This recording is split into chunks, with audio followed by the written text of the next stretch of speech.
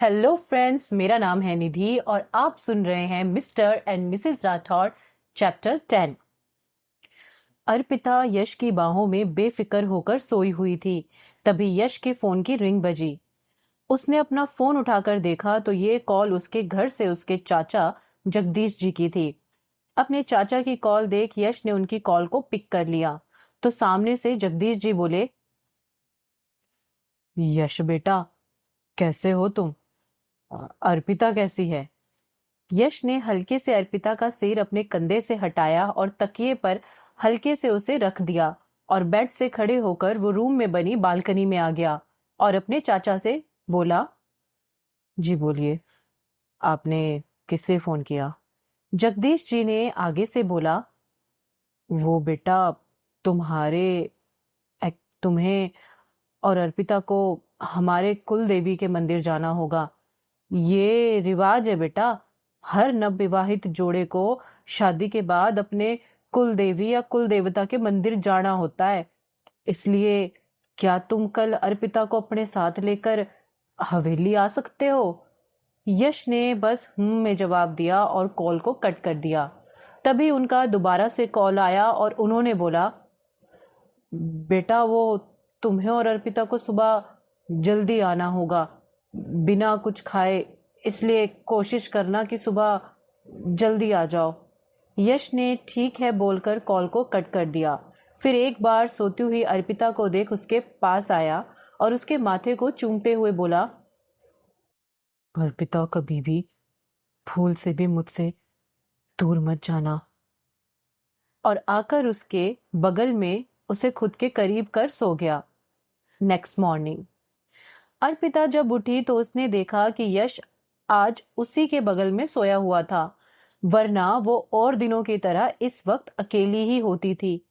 अर्पिता यश की तरफ मुड़ी और उसे गुड मॉर्निंग बोल उसके बालों पर हाथ फेरने लगी। यश ने भी अपनी बंद आंखों से ही उसे गुड मॉर्निंग विश किया और उसे अपने करीब कर अपनी बाहों में भर लिया। अर्पिता ने यश से पूछा, यश, आज आप राउंड पर नहीं गए? यश ने अपनी आंखें खोली और अर्पिता को देख बोला, नहीं, आज हमें हवेली जाना है, अपनी कुल देवी के मंदिर। इसलिए तैयार हो जाओ, हम अभी आधे घंटे में निकल रहे हैं। तुम इसी रूम में नहाकर रेडी हो जाओ और मैं दूसरे रूम में रेडी होकर आता हूँ। अर्पिता ने अपना सिर हाँ में हिलाया और वो नहाने वॉशरूम की तरफ चली गई। अर्पिता थोड़ी ही देर में तैयार होकर बाहर आ गई। अर्पिता ने लाल रंग की जयपुरी साड़ी पहनी थी। वहीं यश जब रेडी होकर रूम में आया तो अर्पिता उसे देखते ही रह गई। शादी के बाद अर्पिता ने यश को उसकी यूनिफॉर्म में ही देखा था, लेकिन आज और दिनों के अलग यश ने ब्लू कलर का जयपुरी सूट पहना था, जिसमें उसकी रौबदार पर्सनैलिटी देखते ही बन रही थी। अर्पिता बस उससे ही देखे जा रही थी। यश अर्पिता के पास आया और उसकी आंखों के आगे अपना हाथ हिलाते हुए बोला, अर्पिता, कहाँ ध्यान है? चलो, हमें लेट हो रहा है। अर्पिता ने अपना सिर हाँ में हिलाया और फिर वो दोनों हवेली के लिए निकल गए। अभी सुबह के 6 ही बजे थे। अर्पिता और यश हवेली पहुंच चुके थे। उन दोनों ने देखा तो सभी तैयार होकर उन्हीं का ही वेट कर रहे थे। अर्पिता ने आगे बढ़ सबका आशीर्वाद लिया। शीतल जी ने अर्पिता को अपने गले से लगा लिया और उसे अपने साथ अपने रूम में ले गईं। शीतल जी ने अर्पिता को उनके बेड पर रखा हुआ लहंगा दिया और अर्पिता को तैयार होने का बोल वो रूम से बाहर आ गई। आंचल ने अंदर आते हुए अर्पिता की तैयार होने में मदद करी। अर्पिता जब तैयार होकर बाहर आई तो यश की नजरें जैसे अर्पिता पर ठहर सी गईं। लाल राजस्थानी लहंगा, उस पर लाल चूड़ा, माथा पट्टी और गहनों से लदी हुई अर्पिता बेहद ही खूबसूरत लग रही थी, बिल्कुल किसी नई नवेली दुल्हन की तरह। और जो चीज उसे और भी ज्यादा अट्रैक्टिव बना रही थी वो था उसका आकर्षक फिगर। यश ने आगे बढ़ अर्पिता की कमर को उसके दुपट्टे से ढक दिया और अर्पिता का हाथ पकड़ उसे अपने साथ बाहर ले गया। यश का अर्पिता को यूं सबके सामने उसका हाथ पकड़ ले जाते हुए देख बूंदी देवी ने कुड़ते हुए बोला, ये आजकल की बींदड़ियों को जरा लाज शर्म ना रह गई है। इस पर जय जी ने अपनी माँ बूंदी देवी को टोकते हुए बोला, मासा, इसमें अर्पिता ने क्या किया? आप क्यों उस बच्ची के पीछे पड़ी हैं? हम सभी ने और आपने भी देखा कि यश उसका हाथ पकड़ उसे बाहर लेके गया है। आपके इन्हीं तानों की वजह से यश अर्पिता को अपने साथ ले गया। पहले अर्पिता के चलते एक आस थी कि यश हवेली आता रहेगा, लेकिन आपके इन्हीं तानों की वजह से हमारी ये आस भी टूट गई है। अब बस कीजिए, आप क्या चाहती हैं कि यश इस हवेली में कभी अपने कदम नहीं रखे? माँ साहब समझती क्यों नहीं है? सिर्फ अर्पिता ही है जिसकी वजह से हमें पुराना यश वापस मिल सकता है। मैं अब आपके आगे हाथ जोड़ रहा हूँ। अब कोई ऐसी हरकत मत कीजिएगा कि यश हम सबसे नाराज होकर यहाँ आए ही नहीं। और वो ऐसा बोल वहां से चले गए। बूंदी देवी चुपचाप अपनी जगह पर ही खड़ी रह गई। तभी शीतल जी ने आगे आकर उनसे बोला, वो मासा, इनका ये मतलब नहीं था। लेकिन बूंदी देवी ने उन्हें अपना हाथ दिखाकर चुप होने का इशारा किया और बोलने लगी, पता नहीं क्या जादू किया है इस बींदड़ी ने, जो पहले मारा यश और अब म्हारे बेटे को भी अपनी तरफ कर लिया। जिसने आज तक म्हारे ते कभी ऊंची आवाज में बात कोना की, वह भानमा ने इस कल की आई छोरी के लिए इतना सुनाकर चला गया। शीतल जी ने अपना सिर ना में झटक दिया और वो भी बिना उनसे कुछ बोले वहां से चली गई। यश ने अर्पिता को अपनी कार में बिठा दिया। अर्पिता यश से अपना हाथ छुड़ाकर बोली, यश, ये आप क्या कर रहे हैं? यू सबके सामने मेरा हाथ पकड़ने की क्या जरूरत थी? आपको बिल्कुल भी शर्म नहीं आती है? यश ने अर्पिता का गुस्से से फुला हुआ मुंह देखा तो वो हंसते हुए उससे बोला, क्योंकि तुम मेरी हो और मुझे किसी से भी कोई फर्क नहीं पड़ता। ऐसा बोलकर यश ने अर्पिता के गाल पर एक बेबी किस दे दी। अर्पिता की आंखें हैरानी से बड़ी हो गई। वहीं उन्हीं के पीछे आ रही आंचल ने यश की यह हरकत देख ली थी। उसने जल्दी से अपना मुंह दूसरी तरफ फेर लिया और खुद से बोली, यार, ये हमेशा मैं ऐसे ही टाइम पर क्यों इनके सामने आती हूँ? यकीन नहीं होता कि ये यश भाई सा है। सही कहते हैं सभी कि शादी के बाद अच्छे अच्छे लोग बदल जाते हैं। आंचल भी यश और अर्पिता के साथ आकर उनकी कार में बैठ गई। फिर सभी घर वाले मंदिर की ओर निकल गए।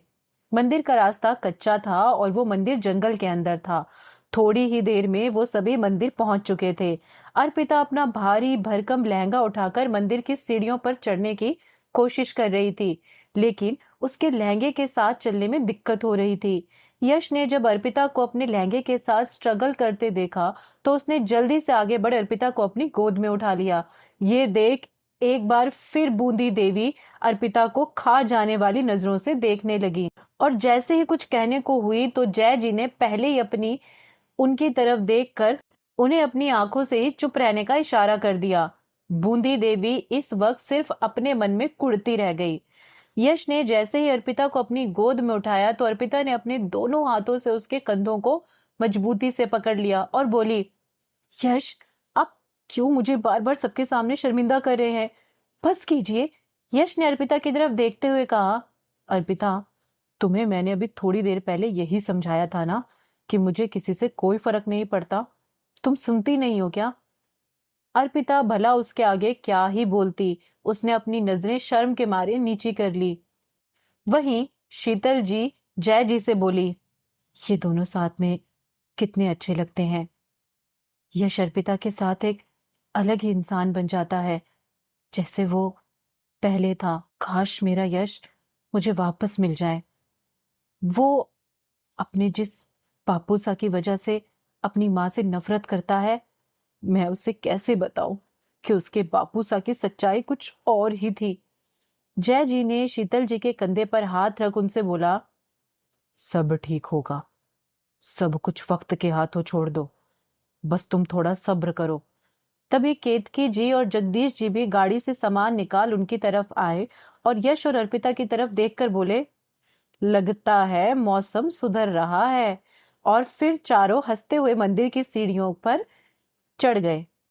इस वक्त पूरा राठौड़ परिवार अपनी कुल देवी के मंदिर में एक साथ था। सारा परिवार जहां यश और अर्पिता को एक साथ देखकर खुश होकर उन्हें अपना आशीर्वाद दे रहे थे, वहीं सिर्फ बूंदी देवी ही थी जिनकी नजरों में अर्पिता अब खटक चुकी थी। यश ने अर्पिता को अपनी गोद से उतार दिया और अपनी कुल देवी के आगे अपने दोनों हाथों को जोड़कर खड़ा हो गया। अर्पिता ने भी अपने दोनों हाथ जोड़कर कुल देवी के आगे अपना सिर झुका दिया। पंडित जी ने अर्पिता और यश को आशीर्वाद दिया और सबको पूजा की विधि बताते हुए पूजा शुरू कर दी। बाकी सभी घर वाले भी बैठकर पंडित जी के द्वारा बताई गई विधि से पूजा करने लगे। थोड़ी ही देर में पूजा संपन्न हुई। फिर कुल देवी को भोग लगाकर सभी ने प्रसाद ग्रहण किया और वहीं एक पेड़ के नीचे बैठकर सभी सुबह का नाश्ता करने लगे। आंचल इस वक्त अपने पूरे परिवार को और सुबह के नजारे को अपने कैमरे में कैद कर रही थी कि तभी वहां 3 गाड़ियां आकर रुकीं।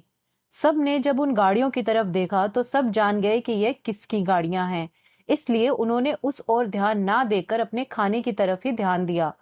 उनमें से एक गाड़ी में एक 70 से 80 साल के एक बुजुर्ग निकले जिनका नाम रघुबीर राठौड़ था। उनकी बड़ी बड़ी मूछें और सिर पर पगड़ी, धोती कुर्ता और एक हाथ में सिल्वर की छड़ी थी। वहीं दूसरी गाड़ी में से 2 लड़के उतरे जिनमें से एक लड़का यश की ही उम्र का था और देखने में वो दोनों ही बेहद हैंडसम थे। जो लड़का यश की उम्र का था उसका नाम था पृथ्वी और दूसरे लड़के का नाम था शौर्य। तभी आखिरी गाड़ी से शीतल जी की ही उम्र की एक औरत निकली जिनका नाम संध्या था और उन्हीं के साथ एक आदमी जो जय जी की ही उम्र के थे और उनका नाम था नागेंद्र। संध्या की नजर जब अपने सामने बैठे यश और अर्पिता पर गई तो उनकी आंखों में आंसू आ गए। तभी उसकी नजर शीतल जी से जा मिली जिनकी आंखों में भी इस वक्त आंसू थे। तभी संध्या ने शीतल जी की तरफ अपने हाथों से इशारों से पूछा कि ये यश की पत्नी है। इस पर शीतल जी ने सबसे नजरें चुराते हुए अपना सिर हाँ में हिला दिया। तभी संध्या जी के पीछे से नागेंद्र बोले, कितनी बार बोला है अपने दुश्मनों से बात मत किया कर। संध्या बिना कुछ बोले आगे बढ़ गई।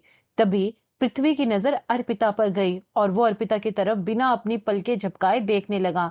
तभी शौर्य उससे बोला, भाई साहब अपनी नजरों पर काबू कीजिए। आपको पता है ना जिसकी बीवी को आप देख रहे हो उसकी खोपड़ी थोड़ी सटकी हुई है। इस पर पृथ्वी अपनी आंखों में यश के लिए नफरत लिए बोला, अरे मैं तो ये देख रहा हूं आखिर इस बेलगाम घोड़े की लगाम किसके हाथों आई है। तभी रघुवीर राठौड़ ने एक नजर पृथ्वी पर दी और आगे चल दिए। तभी शौर्य और आंचल की नजर आपस में मिली और आंचल ने जल्दी से अपनी नजरें फेर ली। उन लोगों के आने की वजह से वहां का माहौल थोड़ा अजीब हो गया था। सभी के ही चेहरों पर से मुस्कान जैसे गायब सी हो गई थी। अर्पिता भी सब कुछ नोटिस कर रही थी। तभी यश ने सबको चलने का बोला और सभी वहां से गाड़ियों की तरफ जाने लगे। तभी आंचल ने वॉशरूम जाने का बोला और थोड़ी देर में आती हूँ बोलकर वो वहां से चली गई। वहां पर वॉशरूम तो था नहीं, इसलिए जंगल की तरफ चली गई। आंचल एक पेड़ के पीछे जाकर खड़ी हो गई कि तभी उसे किसी ने अपनी तरफ खींचकर अपनी बाहों में भर लिया। आंचल ने देखा तो वो शौर्य था। शौर्य उसे अपनी बाहों में लेकर बोला, कितने दिन हो गए हैं तुम्हें देखे हुए, अब कितना तड़पाओगी। आंचल ने खुद को शौर्य की पकड़ से आजाद करने की कोशिश करते हुए बोला, शौर्य क्या कर रहे हो, अगर हमें किसी ने ऐसे देख लिया ना तो यही हमारी समाधि बन जाएगी, छोड़ो मुझे। इस पर शौर्य ने अपनी पकड़ आंचल पर और मजबूत करते हुए बोला, तुम इतना डरती क्यों हो सबसे, हाँ मैं हूं ना। और आंचल का मुंह अपनी तरफ कर उसके होठों को चूमने लगा। आंचल भी शौर्य का साथ देते हुए उसे किस करने लगी कि तभी केतकी जी की आवाज आंचल के कानों में पड़ी जो उसे बुला रही थी। आंचल ने एक झटके में शौर्य को खुद से दूर किया जिसकी वजह से शौर्य खुद को संभाल नहीं पाया और नीचे पत्तों पर गिर गया। आंचल ने एक नजर शौर्य को देखा और उसे सॉरी सॉरी बोलते हुए वहां से भाग गई। वहीं शौर्य आंचल को ऐसे डर के भागते हुए देख हंसने लगा और वहीं पत्तों पर लेट गया और अपनी आंखें बंद कर हंसते हुए बोला, पागल लड़की। आंचल भाग कर केतकी जी के पास गई तो केतकी जी उससे बोली, इतना टाइम कहाँ लगा दिया, चलो सब इंतजार कर रहे हैं। आंचल हाँ बोलकर अपनी मम्मी के पीछे चल पड़ी। फिर सभी वहां से हवेली की तरफ निकल गए।